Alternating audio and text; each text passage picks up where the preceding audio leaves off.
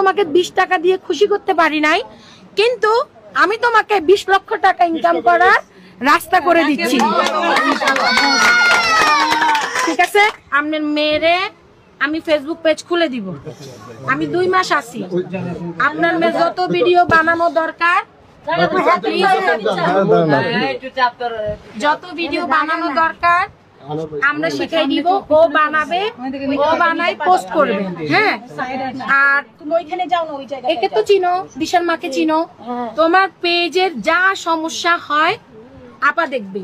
তোমার প্রথম পেজের পেমেন্ট তোমার এখন অ্যাকাউন্ট তো নাই, আমরা মামার নামে অ্যাকাউন্ট খুলে দিব, মামা উঠাবে, আমরা উঠাই দিব। বুঝছো?